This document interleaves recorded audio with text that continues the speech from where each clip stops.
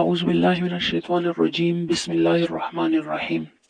سورة البقرة رکو نمبر 3. یا ایها الناس اے خلقو اعبدوا عبادت کوي ربکم الذي د خپل رب الذي هغه خلقکم چې پیدا کړی یې تاسو والذین او هغه خلق من قبلکم والذین او هغه خلق من قبلکم چې مخکې ستاسو نو لعلکم د پاره د دې چې تاسو تتقون پرهیزګاران شئ. الذي الله هغه ذات دی جعله چې جوړ کړو لكم الارض ستاسو د پاره ځمکه فراشن فرش والسماء او اسمان بناء چت وانزل او نازل کړو من السماء د اسمان نه ماء اوبه فاخرج بیرو وستلو به باغی سره من الثمرات د میوون رزقا لكم رزق د پاره ستاسو فلا تجعلوا پس ما جوړوي لله الله لرا اندادن شریکان وانتم او تاسو تعلمون خفوهیږي. وان کنتم کچریه تاسو فی ریب پشک مما د هغه سنه نزلنا چې نازل کوم علی عبدنا په بنده خپل فاتون روړې به صورت یو صورت من مثله پشان دی ودغو او رو غواړی شهداءکم گواهان فل من دون الله سوا د الله نه ان کنتم صادقین کچریه تاسو رښتونی فإن لم تفعلوا پس کچری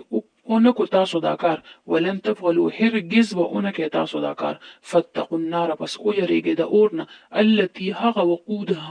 وقودها الناس چې هشاک د هغې خلق دی والحجارة وکاڼي اعدت للکافرین تیار کړي شوي دي د پاره د کافرانو. وبشر الذین او زیر ورکه هغه کسانو ته آمنو چې ایمان یې راوړی دي وعملوا الصالحات او عمل یې کړی دی نیک ان لهم بېشکه د هغوی دپاره جنات باغونه دي تجري چې بهیږي به من تحتها الانهار لاندې د هغې نه نهرونه کلما هر کله چې رزقو ورکړی شي هغوی ته منها د هغې نه من ثمرة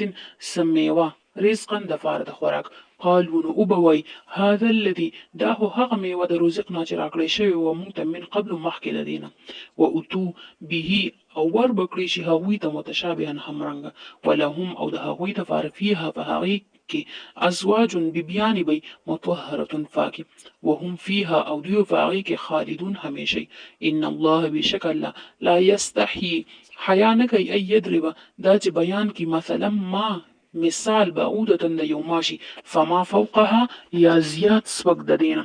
فاما الذين فاصبحر هل هغه کسان امنو چې ایمان راوړي دي فیعلمون هغوی فوهیږي انه الحق چې بشک دا مثال حق دی من ربهم د طرف د رب د هغوی. واما الذين او بهر هل هغه کسان کفرو چې کافران دي فیقولون هغوی وای ماذا اراد الله څه اراده کړې ده الله بهذا مثلا په دې مثال سره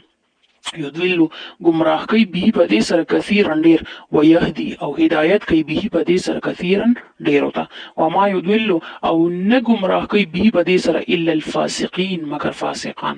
الذين هغه کسان ينقضون چې ماتي عهد الله وعده الله من بعد ميثاقه رستو د فخاولونه ويقطعون او پریکي ما هغه امر الله چې حکم کړی دی الله به په هغې سره ایوسونه دا چې پیوند کړی شي ويفسدون او فساد کوي فی الارض په ځمکه کې اولئک هم دغه کسان هم الخاسرون هم دوی تاوانیان دي. کیف سرنګ تکفرون انکار کوي تاسو بالله د الله نه وکنتم او حال دا چې تاسو امواتا مړه فاحیاکم پس ژوندي یې کړی تاسو ثم یمیتکم بیا یې مړه کړی بیا به هم مړ کی تاسو ثم یحییکم بیا به ژوندي کی تاسو ثم الیه بیا به د هغه طرف ته ترجعون ګرځولی شي. هو الذي الله هم هغه ذات دی خلقه چې پیدا یې کړو لکم ستاسو دپاره ما هغه څه فی الارض چې په ځمکه کې دي جمیعا ټول ثم استوى بیا یې اراده وکړه الی السماء اسمان ته فسواهن پس برابر یې کړو هغه سبع سماوات اوه اسمانونه وهو بكل شيء او هغه په هر یو څیز باندې علیم فوه دی. صدق الله العظیم.